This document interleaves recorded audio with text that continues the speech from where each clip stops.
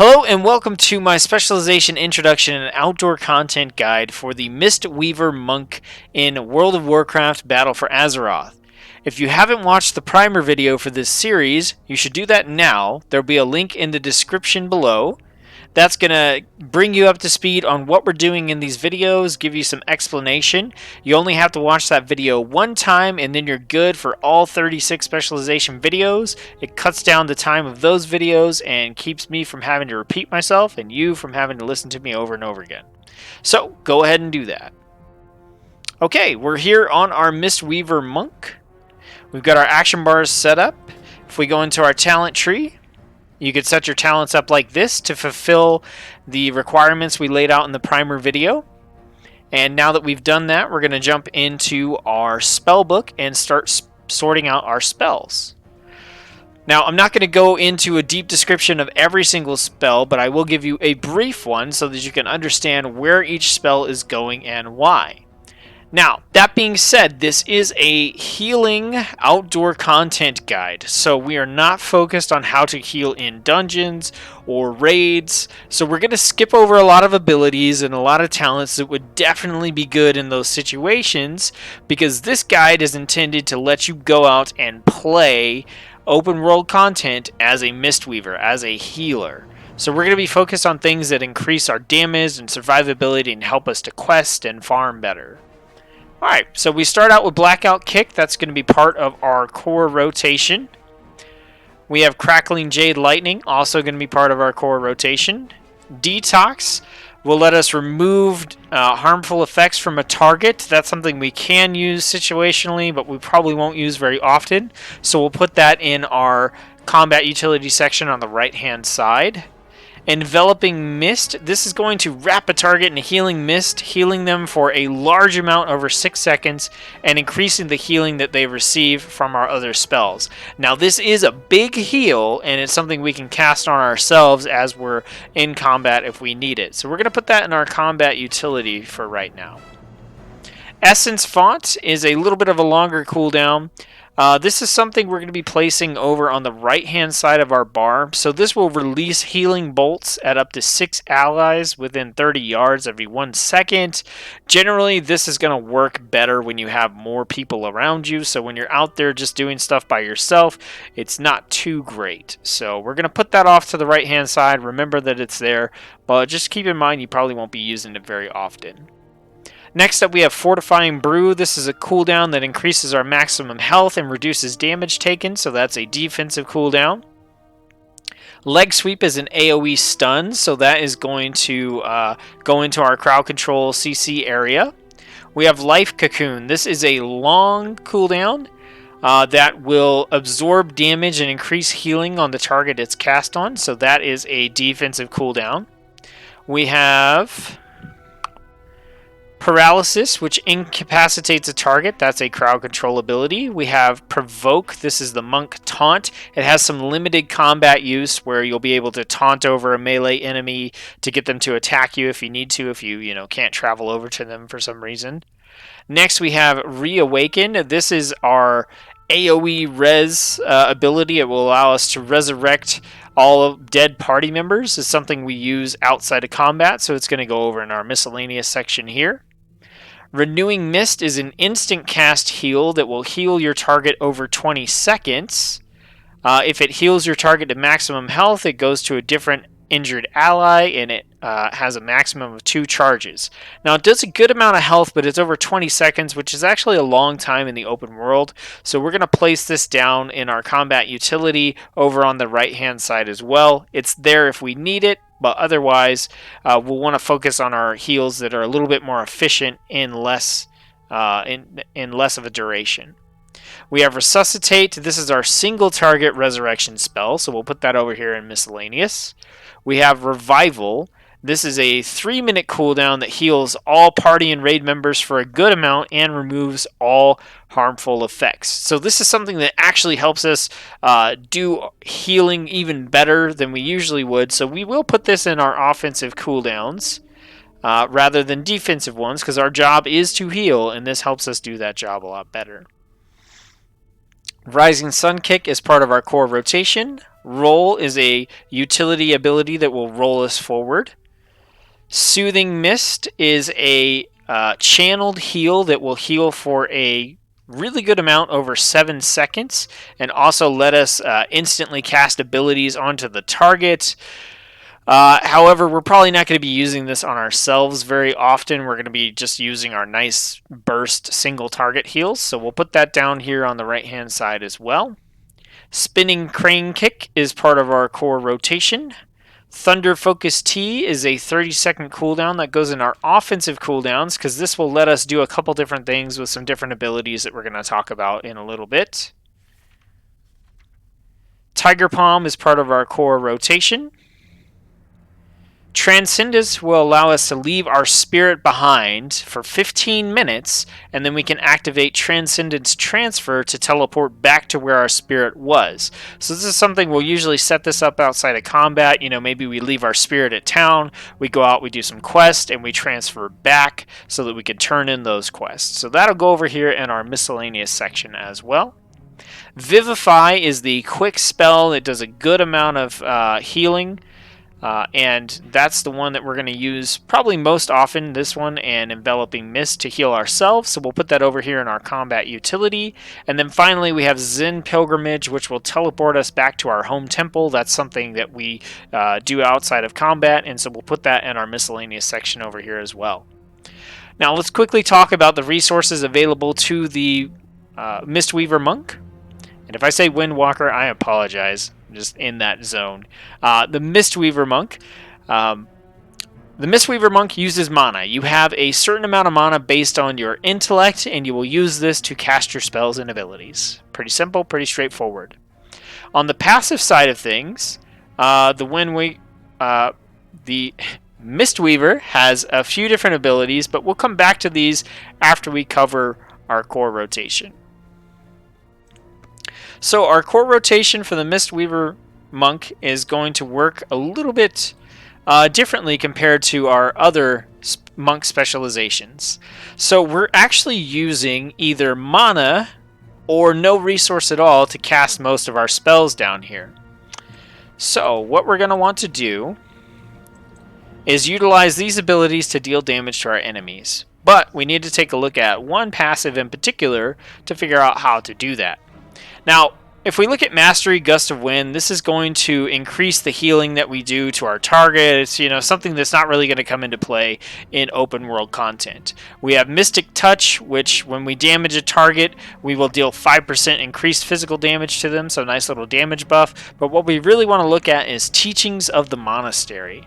So, Teaching of the Monastery, Tiger Palm, which is our ability here, causes your next blackout kick, which is another ability we have, to strike an additional time, stacking up to 3. Okay, so what this means is that normally if we went up to our target and we used our blackout kick, it would hit the target 1 time. However, as we use our Tiger Palm, we get these stacks of Teaching of the Monastery, and now when we blackout kick, we hit the target 3 times. So that's a pretty nice little bonus there. Also, for the second half, it says your blackout kick has a 15% chance on reset, or has a 15% chance to reset the remaining cooldown on Rising Sun Kick, which is another ability that we have here. This ability deals has a short cooldown and deals a pretty solid amount of damage to our target. So, what we're actually going to want to do for our rotation is we're going to want to come in, we're going to want to get our 3 stacks of Teaching on the Monastery by using Tiger Palm 3 times, Rising Sun Kick, and then cast our Blackout Kick. That way, we get the 3 hits from Blackout Kick, and we have the chance of resetting our Rising Sun Kick. Now, after we've done that, we'll go back to using our Tiger Palms to get our Teachings of the Monastery back. So we're going to do that here. Tiger Palm, Tiger Palm, Tiger Palm, Rising Sun Kick, Blackout Kick, and we got a reset, so we'll Rising Sun Kick again. Tiger Palm, Tiger Palm, Tiger Palm, Blackout Kick, we got a reset, so Rising Sun Kick, Tiger Palm, Tiger Palm, Tiger Palm, Blackout Kick, and we got a reset again. So you see how that kind of works. There's a little flow there. We want to make sure that we get our stacks for our Blackout Kick, and then that Rising Sun is on cooldown as often as possible, so when we do Blackout Kick, we get the chance to take it off of cooldown. Now we do have two other abilities here. We have Spinning Crane Kick. This is a simple area of effect ability, so if we need to hit multiple targets, we just hit Spinning Crane Kick, and that will deal damage to everything around us. And then our other ability that we have here is called Crackling Jade Lightning. This has a 40-yard range, and it's channeled, and it doesn't cost anything. This will deal damage over time for 3.5 seconds, and sometimes it will knock back melee attackers and get them off of you if for some reason you want them off of you. So that is generally how you're going to fight in open world combat with your Mistweaver Monk. So now that we've figured that out, we're going to jump back into our talents here, and we're going to create a build that works well in outdoor content. And I'm going to set that up here. Okay, this is the build that I recommend you use for open world content on the Mistweaver Monk. It's not the only one that you can use, but it's the one I like, I recommend, and I'm going to be demonstrating at the end of this video. So we're going to go through each talent and talk about how it influences the build. And I'll tell you right now that there aren't a whole lot of talents in the Mistweaver talent tree that will help us to increase our damage, which is generally what we want to do in open world content, because we should be able to keep ourselves alive pretty well just through our natural healing ability. But we're going to take what we can get. So first off, we have Chi Torpedo here. This is going to replace our roll. And I'll show you our roll will just roll us forward like that. However, when we have Chi Torpedo, we will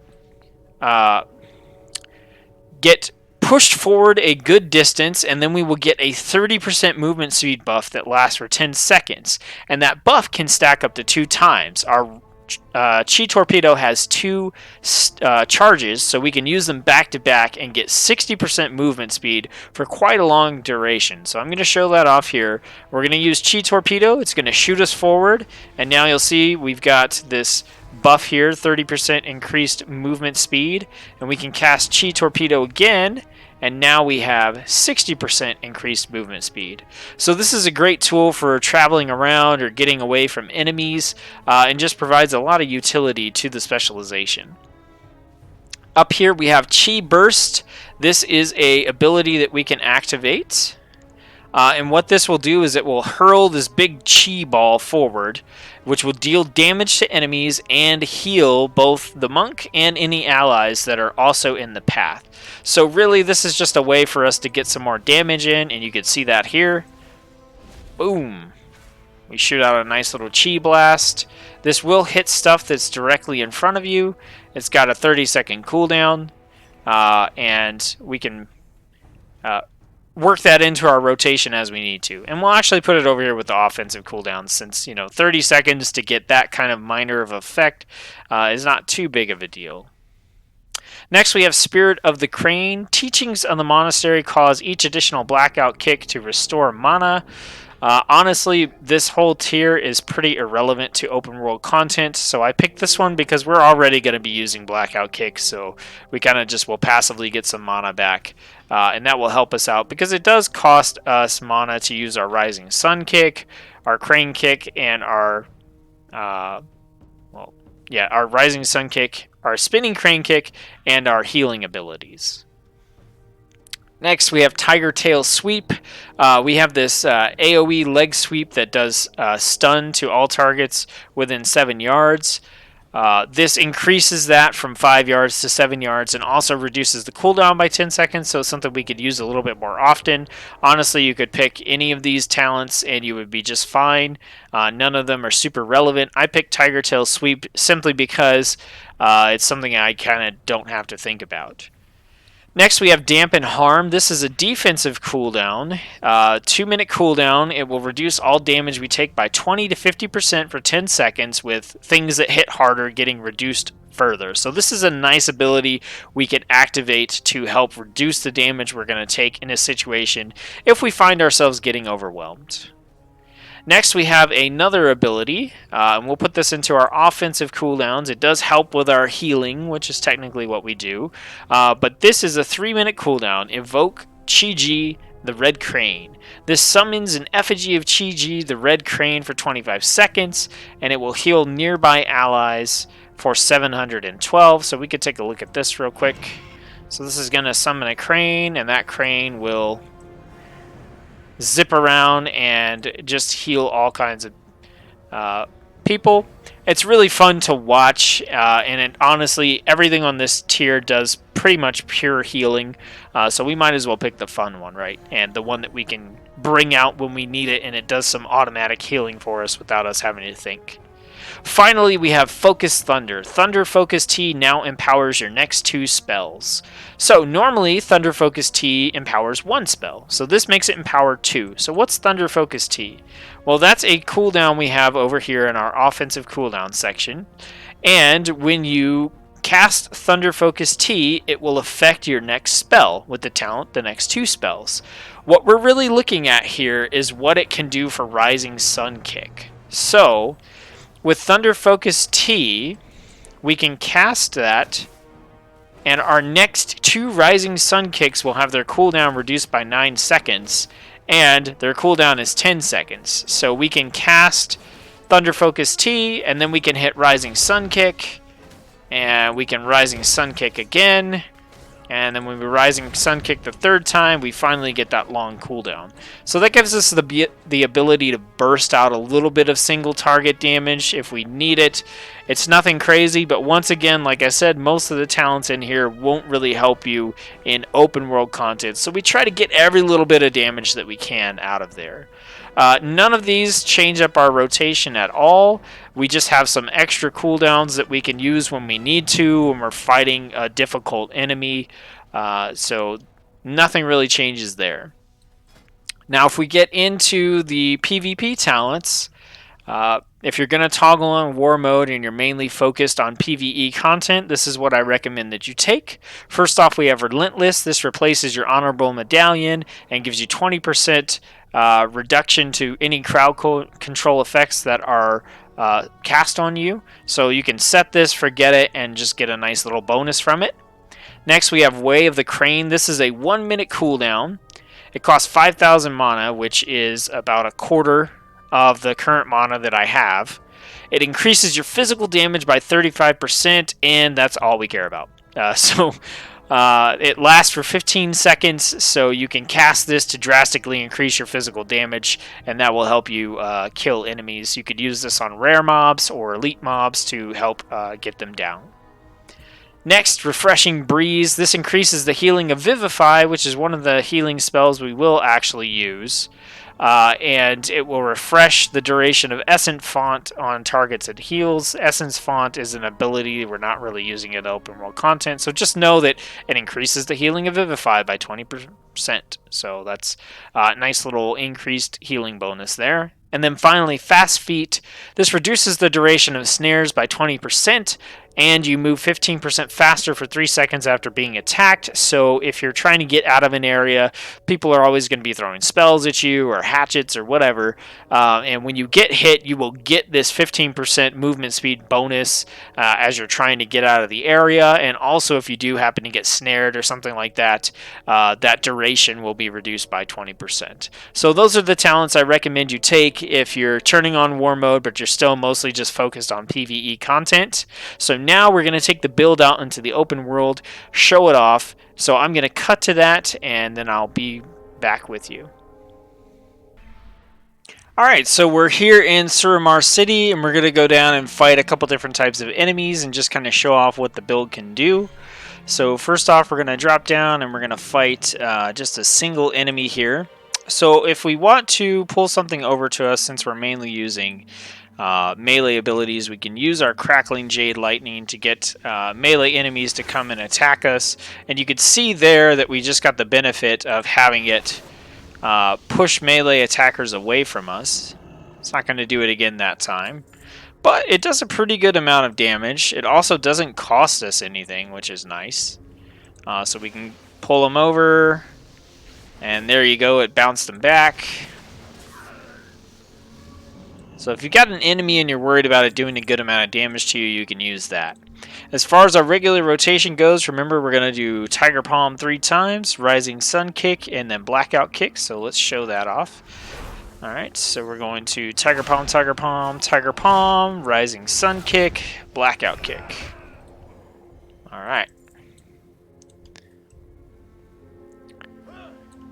Tiger Palm, Tiger Palm, Tiger Palm. Now, we killed that guy, but we still have our 3 stacks, so we can still come over here and continue the chain. Rising Sun Kick into Blackout Kick, and then just go right back into Tiger Kick. Alright.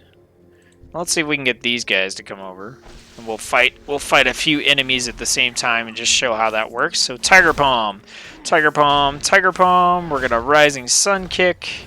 We're going to Blackout Kick. We can cast our Enveloping Mist on ourselves to heal. Go ahead and cast a Vivify. We could start using our Spinning Crane Kick to deal some AoE damage here. Right? It's more efficient for us to use our single targets and use our Tiger Palm into our Rising Sun, into our Blackout Kick. But if we need to get some AoE damage in with our Spinning Crane Kick, we can do that as well. So as you can see, it's a little bit slow, but I mean, you're a healer, and that's okay. You still have the ability to take on multiple enemies. You just need to make sure that you heal at the appropriate time when necessary. And don't forget that if you really need to, you can use some of your other abilities here. So let's see if we can find a elite or a rare spawn that we can take on and just kind of show off how the build's going to work. Here we go. We got an elite right here. So we'll come down and we'll fight this guy and kind of show how things would work. So we'll just pull him over with Crackling Jade Lightning. And then we're going to start doing our Blackout, our Tiger Palm, Tiger Palm, Tiger Palm, Rising Sun Kick. We use our Blackout Kick. We can cast our Thunder Focus T, so our next 2 Rising Sun Kicks will have their cooldown reduced drastically. So now we can Rising Sun Kick. That's going to be off cooldown pretty soon. Rising Sun Kick again. Cast Vivify on ourselves. Just kind of get our heals back up. And if this is a really tough enemy, you know, we could activate our Chi-Ji to get some passive healing. This guy came out of nowhere to come attack us. That's kind of weird. Looks like we got this guy coming over as well. So we could show off, we can use our Chi Burst, get some damage there. Do our 3 Tiger Palms into our Rising Sun Kick, into our Blackout Kick. Come over to this guy. Just start ramping it up again. We could hit our Thunder Focus T. And that's going to let us, let's pull this guy over. That's going to let us use our Rising Sun Kicks pretty rapidly.